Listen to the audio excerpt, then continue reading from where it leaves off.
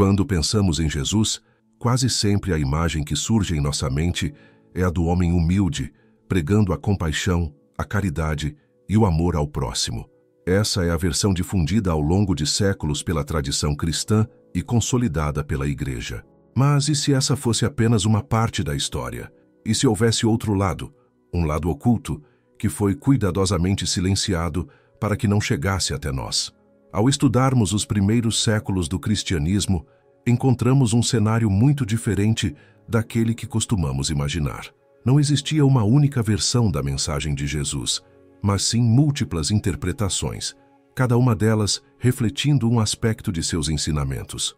Havia comunidades que enxergavam Jesus como o Cristo divino encarnado, outras o viam como um mestre iluminado, e havia ainda aquelas que entendiam sua missão como um chamado à libertação interior, ao despertar da centelha divina dentro de cada ser humano.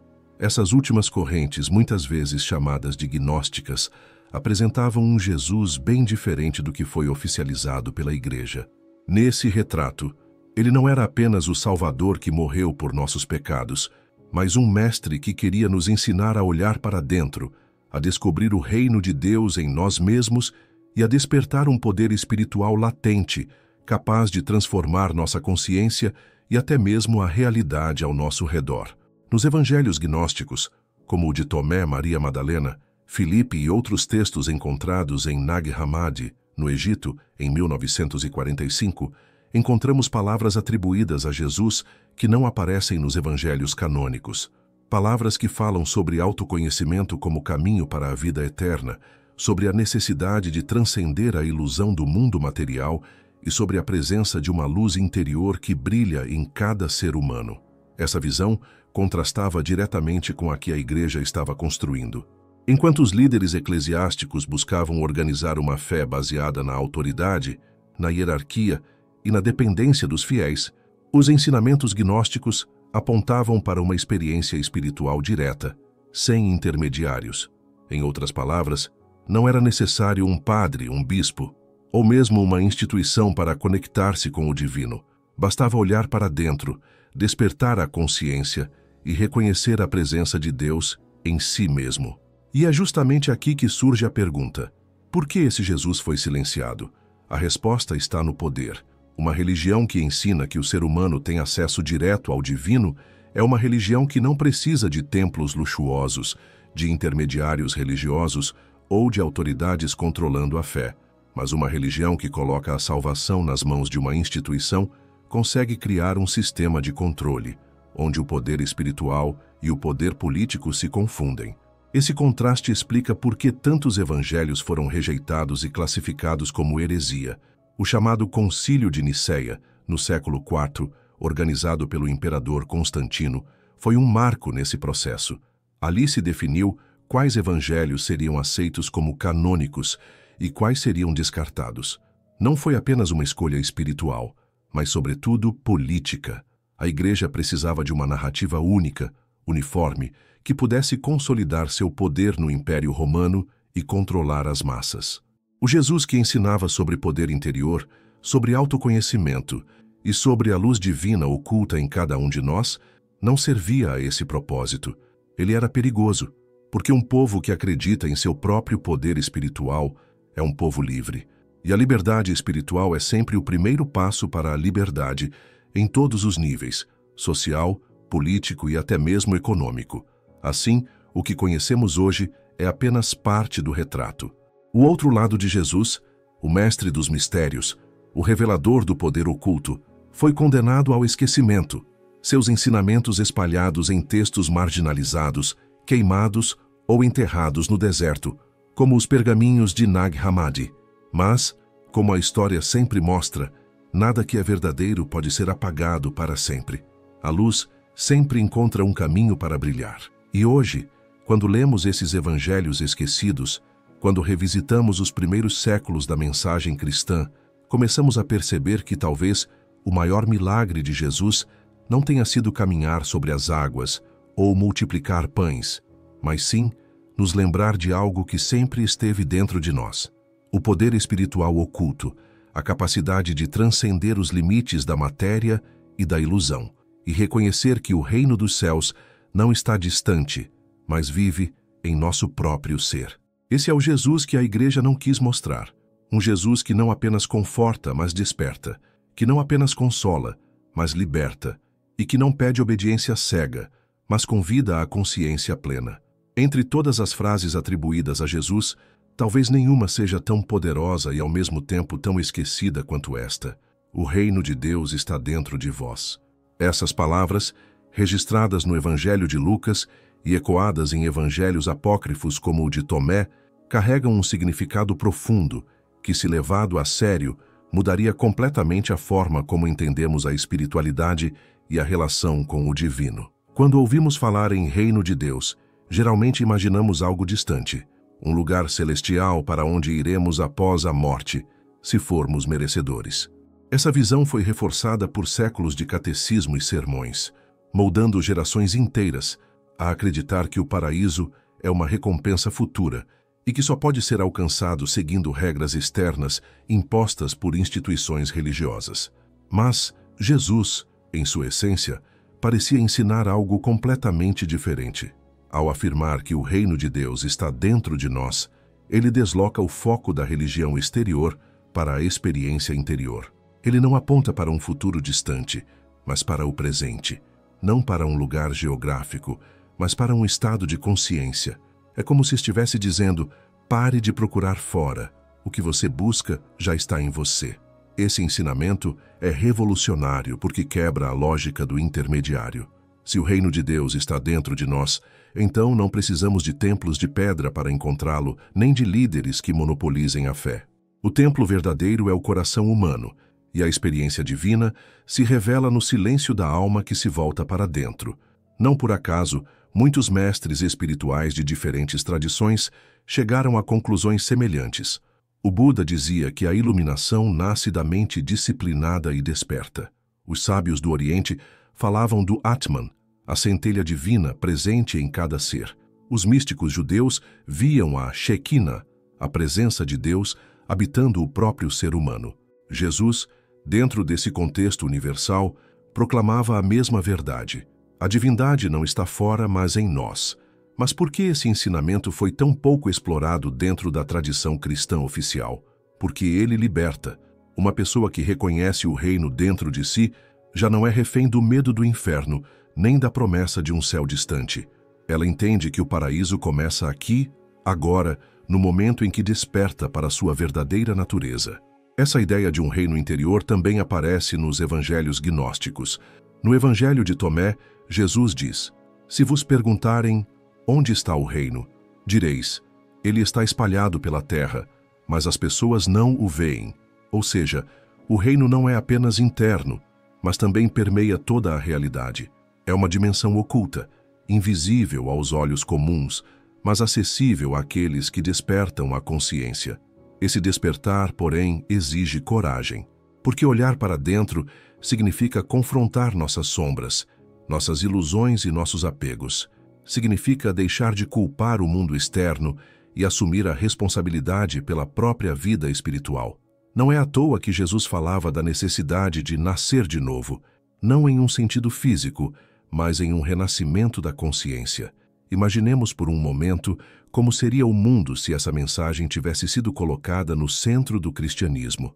As pessoas seriam incentivadas a meditar, a buscar silêncio interior, a desenvolver uma relação direta com o divino. O foco não estaria em rituais externos, mas no cultivo da consciência e da compaixão.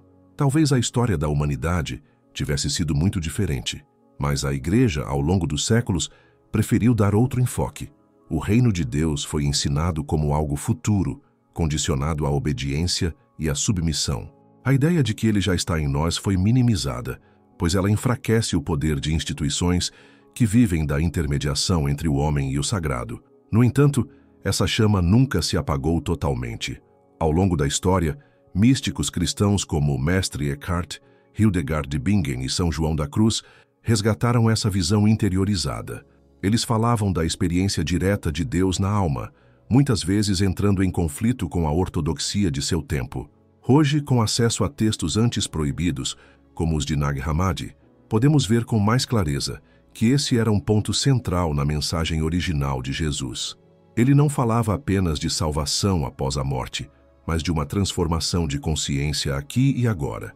E essa é talvez a maior revelação. O reino não é um lugar, mas um estado de ser. Ele se manifesta quando reconhecemos a luz interior, quando deixamos o ego e as ilusões caírem, quando despertamos para a unidade de todas as coisas. Não é algo que alguém pode nos dar ou tirar. É um presente eterno, já plantado dentro de cada um de nós. Ao compreender isso, começamos a enxergar que a verdadeira missão de Jesus não era fundar uma religião, mas sim nos lembrar de quem realmente somos. Ele veio não para criar uma nova lei, mas para revelar um caminho de autoconhecimento que nos conduz ao divino interior. O reino de Deus está dentro de nós, e essa é a chave que por séculos foi escondida. Porque uma vez que você a descobre, ninguém mais pode controlar sua fé. Entre os muitos ensinamentos de Jesus, um dos mais misteriosos e profundos é o que trata do poder da palavra. Desde os primeiros versículos do Evangelho de João, encontramos a afirmação: no princípio era o Verbo, e o Verbo estava com Deus, e o Verbo era Deus. Essa frase aparentemente simples esconde um dos segredos mais antigos da espiritualidade. A ideia de que o som, a palavra e a vibração são forças criadoras, capazes de moldar a realidade. Se observarmos com atenção, Jesus nunca falava em vão. Suas palavras eram medidas, cheias de significado e pronunciadas com autoridade. Quando dizia, levanta-te e anda, o paralítico se erguia. Quando ordenava, silencia-te ao mar revolto, as ondas se acalmavam. Quando proferia, se tiverdes fé como um grão de mostarda, direis a esta montanha, move-te daqui para ali, e ela se moverá. Não estava falando apenas em metáforas poéticas, mas apontando para um princípio universal. A palavra, quando unida à fé e à vibração interior, tem o poder de transformar a realidade. Esse entendimento não é exclusivo do cristianismo. Civilizações antigas já reconheciam a força do som como chave para o mistério da criação. No Egito, acreditava-se que o deus Ptah havia criado o mundo através da palavra. No hinduísmo, o som primordial Om é considerado a vibração que sustenta todo o universo. No judaísmo místico, a Cabala ensina que as letras e palavras hebraicas não são apenas símbolos, mas forças energéticas que carregam em si o poder da criação divina. Jesus, como mestre inserido em um contexto profundamente espiritual, parecia compreender e aplicar essa ciência oculta da vibração. Ele não apenas falava sobre fé, ele demonstrava como a fé, quando verbalizada com intenção e pureza, podia gerar milagres. A cura, o exorcismo, a transformação da realidade não vinham de fórmulas mágicas exteriores, mas da união entre consciência, palavra e energia espiritual. Essa visão nos leva a refletir sobre a própria natureza da oração. Durante séculos, muitos a enxergaram como um pedido humilde a Deus, feito com palavras repetitivas. Mas os ensinamentos de Jesus parecem apontar para algo maior, a oração como um ato de alinhamento vibracional. Quando ele dizia, tudo o que pedirdes em oração, crede que o recebereis e assim será convosco. Estava mostrando que não basta pronunciar palavras. É preciso que a mente, o coração e a vibração interior estejam em sintonia com o que se busca manifestar. Essa é a verdadeira ciência da palavra, não um amontoado de sons, mas um veículo de poder espiritual. Cada frase que pronunciamos, cada palavra que deixamos sair de nossa boca, carrega energia. Palavras podem curar ou ferir, podem edificar ou destruir. Não é à toa que Jesus alertava. Não é o que entra pela boca que contamina o homem, mas o que sai da boca. Ele sabia que as palavras são sementes lançadas no campo invisível da realidade e, cedo ou tarde, produzem frutos. Por isso, em várias tradições espirituais, existe o uso de mantras, salmos, cânticos e rezas entoadas com ritmo e entonação específicos. O som não atua apenas no plano psicológico, mas no campo energético e vibracional. E nesse sentido, Jesus não estava distante desses princípios. Ao ensinar a oração do Pai Nosso, ele não ofereceu apenas um texto decorativo, mas uma fórmula vibracional que, quando entoada com consciência, conecta o indivíduo ao fluxo divino. O que é fascinante é perceber como esse ensinamento, embora esteja presente de forma sutil nos evangelhos canônicos, foi sendo relegado a um segundo plano. A Igreja preferiu enfatizar os rituais externos, as liturgias, os dogmas, em vez de ensinar as pessoas a reconhecerem o poder criador de suas próprias palavras. Afinal, um povo que entende que sua voz tem poder, que sua fé se manifesta através da vibração, é um povo que já não depende de intermediários para acessar o sagrado. Na prática, isso significa que cada um de nós carrega dentro de si a mesma capacidade que Jesus demonstrava. Não se trata de imitar milagres exteriores, mas de aprender a alinhar nossa consciência com a vibração da vida. Nossas palavras podem ser bênçãos ou maldições, pontes ou muros, luz ou escuridão. Imagine como o mundo seria diferente se todos nós tivéssemos consciência do poder vibracional daquilo que falamos. Se soubéssemos que cada palavra é uma semente plantada no solo invisível do Espírito. Se tivéssemos a clareza de que ao pronunciar amor, paz, cura e perdão, estamos ativando forças que realmente moldam nossa realidade. É por isso que Jesus insistia tanto na importância da fé aliada à palavra. A fé é a energia que dá vida ao verbo. A palavra é o canal que a manifesta. Juntas, elas formam a chave para o que ele chamava de milagres, que no fundo não eram violações das leis naturais, mas expressões de uma lei mais profunda, a lei espiritual da vibração. Esse é um dos ensinamentos mais esquecidos e, ao mesmo tempo, mais poderosos de Jesus. Ele nos lembra que o universo não é mudo, mas uma sinfonia em constante movimento, e que cada um de nós participa dessa música através das palavras que escolhe pronunciar. Talvez, no fim das contas, o verdadeiro verbo criador que Jesus nos revelou não esteja apenas em suas próprias palavras, mas na possibilidade de cada ser humano despertar e se tornar também um co-criador da realidade. Jesus dizia aos seus discípulos: "Vós sois a luz do mundo. Não se pode esconder uma cidade edificada sobre um monte, nem se acende uma lâmpada para colocá-la debaixo do alqueire, mas sim no candeeiro, e assim ilumina a todos os que estão na casa." Essas palavras, registradas no Evangelho de Mateus, não eram apenas uma metáfora moral para a bondade ou a caridade. Eram uma revelação sobre a verdadeira natureza do ser humano e sobre o potencial espiritual que cada um carrega dentro de si. A luz de que Jesus falava não era apenas simbólica, mas uma realidade espiritual. Desde a antiguidade, diversas tradições reconheciam que o ser humano é mais do que carne e ossos. Ele possui um campo sutil de energia, um corpo invisível que irradia luminosidade. Essa ideia, presente em ensinamentos egípcios, indianos e até mesmo na tradição judaica mística, encontra eco nas palavras de Cristo.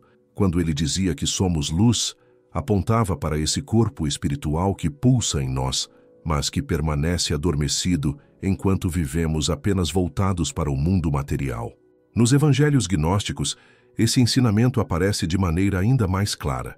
No Evangelho de Tomé, Jesus declara: "Há uma luz dentro do homem de luz, e ela ilumina o mundo inteiro. Se ele não brilhar, haverá trevas." Aqui não há espaço para metáforas superficiais. Trata-se da afirmação direta de que existe em nós uma centelha divina, uma energia luminosa capaz de transformar não apenas a nossa vida, mas o mundo ao nosso redor. Essa luz interior, que muitos chamam de centelha divina, foi descrita em outras culturas com diferentes nomes. Os hindus a chamam de Atman, a essência imortal que a uma com o infinito. Os taoístas falam do elixir da imortalidade, uma energia sutil cultivada através da meditação. Os místicos judeus, por sua vez, referem-se a Neshama, a alma superior que brilha como chama dentro do ser humano. Em todas essas tradições, a luz é o símbolo da consciência desperta, do contato direto com o divino. Mas Jesus ia além. Ele não apenas dizia que possuímos essa luz, mas que devemos manifestá-la. Não adianta escondê-la debaixo do alqueire, ou seja, sufocá-la com preocupações materiais, medos e ilusões. A luz precisa ser colocada no alto, irradiada, compartilhada. Ela não foi feita para ser contida, mas para expandir-se. E quanto mais nos conectamos com essa energia, mais nossa presença no mundo se torna transformadora. Essa ideia está intimamente ligada a um conceito encontrado em tradições esotéricas, o chamado corpo de luz. Trata-se de uma forma espiritual que se desenvolve à medida que elevamos nossa consciência, purificamos nossas intenções e cultivamos a união com o divino. É como se o ser humano, além do corpo físico, tivesse camadas de energia que, ao serem despertas, o tornam um verdadeiro ser luminoso. Muitos místicos cristãos descreveram experiências semelhantes. São Serafim de Sarov, um monge ortodoxo do século XVIII, foi visto por seu discípulo irradiando uma luz intensa durante a oração. Outros santos relataram fenômenos de transfiguração interior, em que o corpo parecia brilhar com uma luminosidade sobrenatural. Esses relatos ecoam diretamente a transfiguração de Jesus no Monte Tabor, quando seus discípulos o viram resplandecente, com o rosto brilhando como o sol e suas vestes resplandecendo de brancura. A transfiguração não foi apenas um milagre isolado, mas uma demonstração do que acontece quando a luz interior se manifesta plenamente. Foi a revelação de que o corpo humano, quando alinhado com o espírito, pode tornar-se veículo de radiação divina. Nesse sentido, Jesus não mostrava apenas sua própria natureza, mas o destino potencial de todo ser humano, a ativação do corpo de luz. Esse ensinamento, no entanto, é perigoso para estruturas religiosas baseadas no controle. Se cada ser humano tem dentro de si a luz divina e pode ativar seu corpo espiritual, então não há necessidade de intermediários que monopolizem o acesso a Deus. Por isso, a ênfase oficial do cristianismo institucional recaiu sobre a obediência e a submissão, e não sobre a revelação da luz interior. Contudo, essa verdade nunca se perdeu completamente. Ela sobreviveu nas tradições místicas e esotéricas, em práticas de oração profunda, de meditação e contemplação. Hoje, com o acesso a textos antes considerados heréticos, podemos ver que Jesus não falava de uma espiritualidade distante, mas de uma experiência concreta, que começa no reconhecimento de nossa luz interior. E o mais importante, essa luz não é exclusiva de alguns iluminados. Não está reservada para santos, gurus ou mestres. Jesus dizia: "Vós sois a luz do mundo, não alguns de vós, não apenas os escolhidos, mas todos." Cada ser humano carrega em si essa centelha, essa possibilidade de irradiar a luz divina. O desafio é despertá-la, cultivá-la e permitir que ela brilhe sem medo. No fundo, talvez o maior milagre que Jesus quis nos mostrar não foi andar sobre as águas ou multiplicar pães, mas nos lembrar de que somos mais do que carne e sangue. Somos seres de luz em processo de despertar, e quando essa luz brilha, nenhuma escuridão pode resistir. Ao longo dos capítulos anteriores, vimos que os ensinamentos de Jesus iam muito além daquilo que normalmente escutamos nos púlpitos das igrejas. Ele falava do reino de Deus como uma realidade interior, mostrava o poder criador da palavra e da fé, e ensinava que a verdadeira natureza humana é feita de luz. Mas se essas mensagens eram tão libertadoras e poderosas, surge uma pergunta inevitável: por que foram silenciadas? Para responder a isso, precisamos voltar aos primeiros séculos do cristianismo. Quando Jesus morreu, seus discípulos e seguidores espalharam sua mensagem em diferentes regiões. Cada comunidade interpretava seus ensinamentos de uma forma particular. Havia os que davam ênfase à ressurreição e à fé na vida eterna. Outros ressaltavam o amor e a compaixão. E havia os que guardavam os segredos mais profundos, os chamados gnósticos, que falavam do despertar da consciência e do poder espiritual oculto em cada pessoa. Durante algum tempo, essas diferentes correntes coexistiram. Mas, à medida que o cristianismo crescia, também crescia a necessidade de organizar uma doutrina unificada. Isso porque, no século IV, o imperador Constantino percebeu que a religião cristã poderia servir como ferramenta de unificação política para o vasto Império Romano. A fé, que até então era perseguida, passou a ser utilizada como instrumento de poder. Nesse contexto, a diversidade de interpretações sobre Jesus tornou-se um problema. Se cada grupo ensinava uma versão diferente, como o império poderia usá-la para consolidar sua autoridade? Era necessário definir um cristianismo oficial e descartar todas as vozes divergentes. Foi assim que, em 325 d.C., o Concílio de Nicéia reuniu bispos de todo o Império para estabelecer uma narrativa única sobre Cristo. A partir daí, evangelhos foram selecionados, outros rejeitados. 4 foram considerados canônicos: Mateus, Marcos, Lucas e João, enquanto dezenas de outros foram classificados como heréticos e condenados à destruição. Os evangelhos gnósticos, que falavam de autoconhecimento, do reino interior e da luz divina dentro do ser humano, foram banidos, e com isso, grande parte da mensagem espiritual mais profunda de Jesus foi silenciada. Mas qual era o motivo real por trás dessa escolha? A resposta é simples: controle. Os ensinamentos de Jesus sobre o poder interior colocavam o divino diretamente no coração de cada pessoa. Eles diziam, em essência, que não era necessário um templo, um sacerdote ou uma instituição para se conectar com Deus. Essa visão empodera o indivíduo, torna-o livre e soberano em sua espiritualidade. E um povo espiritualmente livre é difícil de governar. Por outro lado, ao transformar Jesus em uma figura distante, cujo poder só poderia ser acessado por meio da Igreja, criava-se uma estrutura de dependência. A salvação passava a estar condicionada à obediência às autoridades religiosas, aos sacramentos e aos dogmas definidos por concílios.